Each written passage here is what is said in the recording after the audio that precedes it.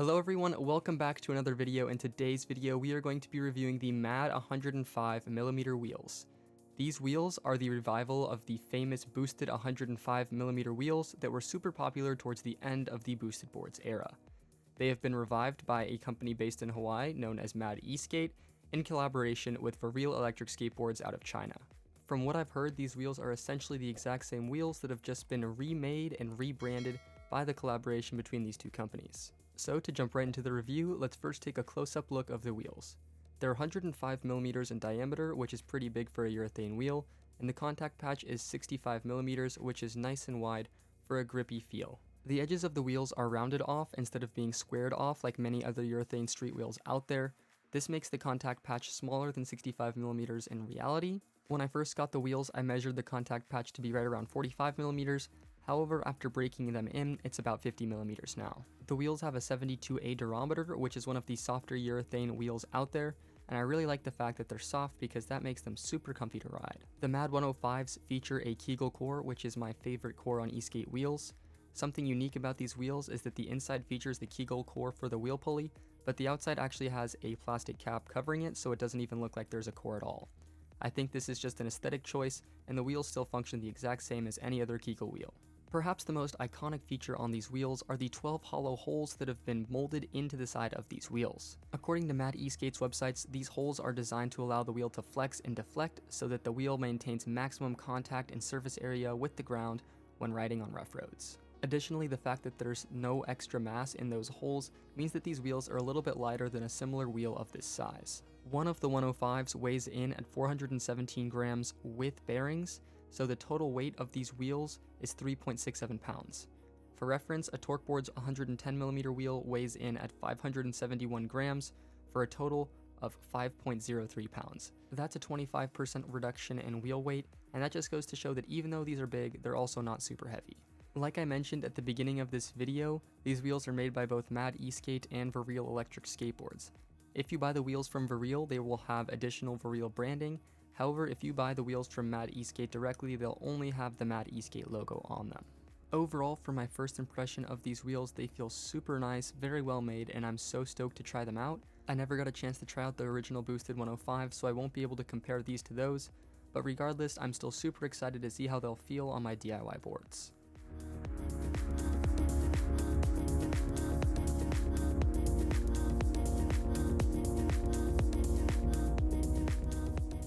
Additionally, with the wheels, MAD Esk8 sent me these wheel pulleys, which are the Boardnamics 40-tooth Kegel wheel pulleys. These wheel pulleys are super high quality and we use them all the time on our personal DIY builds. These pulleys are precision CNC machined from 6061 T6 aluminum. The pulleys that I received came with a 10mm bearing, which is perfect for step-up axled boards like the Evolves or other double king pinned boards. Now that I've gone over all of the specs on these wheels, I'm going to dive into an in-depth review on what my experience has been like with the MAD Esk8 105mm wheels over the last 150 miles.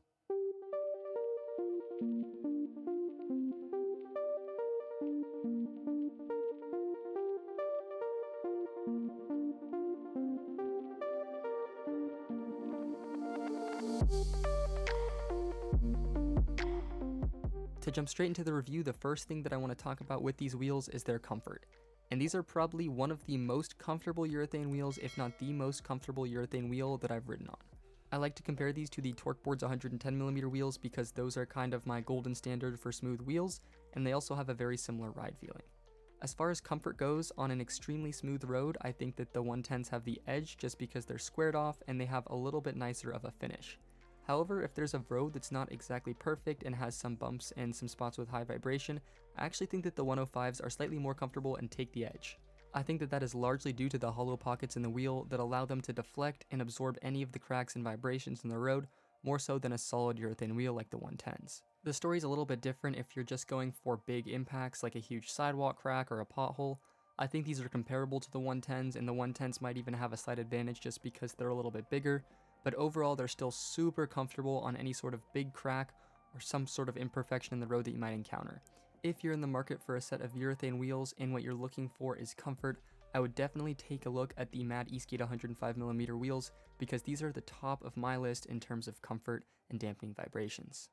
Here are a couple more shots of these wheels taking on various situations, vibrations, cracks, in slow motion so you can see how these wheels behave.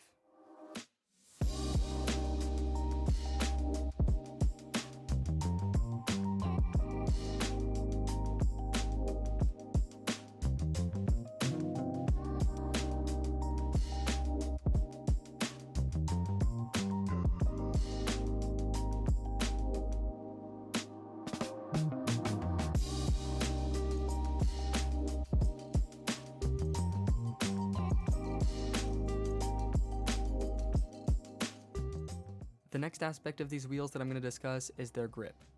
Overall, I think the grip is good. It's definitely better than your standard urethane wheel like an 83mm or 90mm flywheel clone. However, it's not as good as a BOA or a Torqueboard's 110mm wheel, and I think that has a lot to do with the size of the contact patch and because these wheels are rounded off. As I mentioned at the beginning of the video, even though it's advertised that the contact patch is 65mm, that's the entire width of the wheel, and realistically, only 50mm of the wheel is touching the ground at any given instant in time. As you ride these wheels, they do start to wear down a little bit and the contact patch becomes slightly wider. Additionally, as you carve, because there are pockets in there, the wheel does deflect a little bit, giving you a little bit more contact patch. But even with these factors, I still think that the larger contact patch on the 110s or the BOAs give them an edge in terms of their grip. Another feature about these wheels that impacts their grip is the finish on them. They're not smooth and super grippy like an 110mm wheel or a BOA wheel.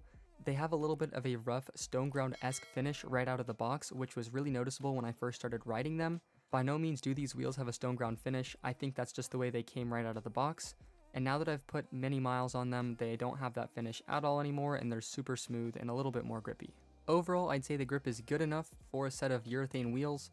The 110s are better, even BOAs I think are a little bit better, and obviously an AT titer is better, but they're still solid enough.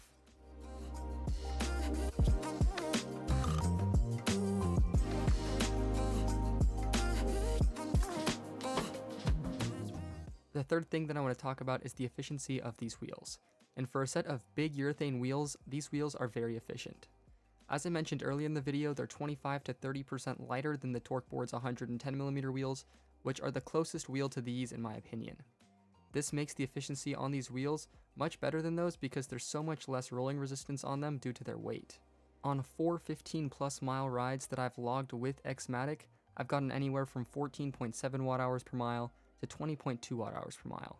Even at the max of 20.2 watt-hours per mile that I've gotten, it's still on the lower end of big urethane wheels that I've ridden.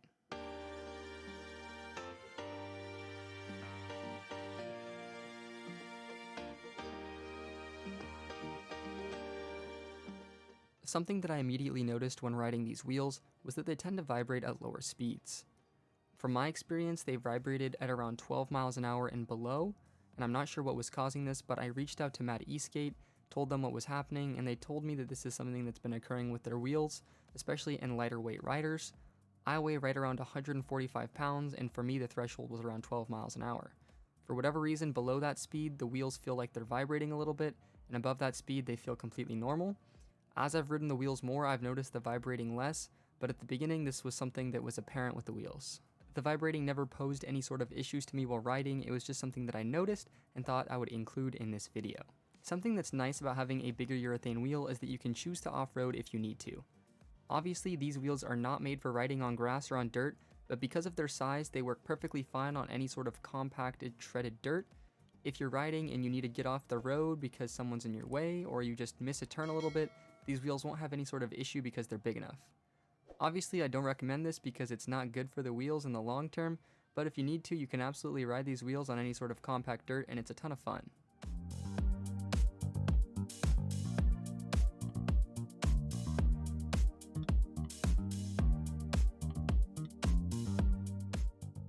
To conclude this video, I'm going to summarize my findings on the Esk8 105mm wheels. Overall, these have become one of my favorite urethane wheels to ride on, and I'm currently using them on my daily driver that I ride most frequently.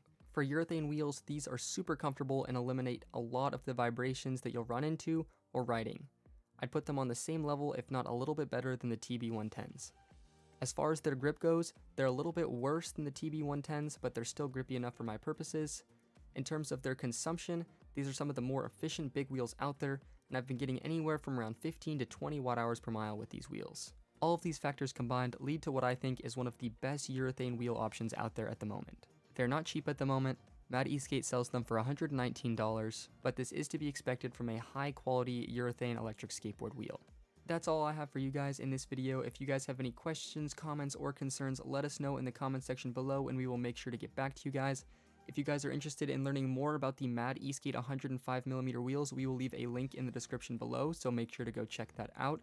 If you guys enjoyed this video and you'd like to see more like it, please make sure to like this video and subscribe to our channel for lots of other electric skateboard part reviews, DIY electric skateboard builds, and other Esk8 content.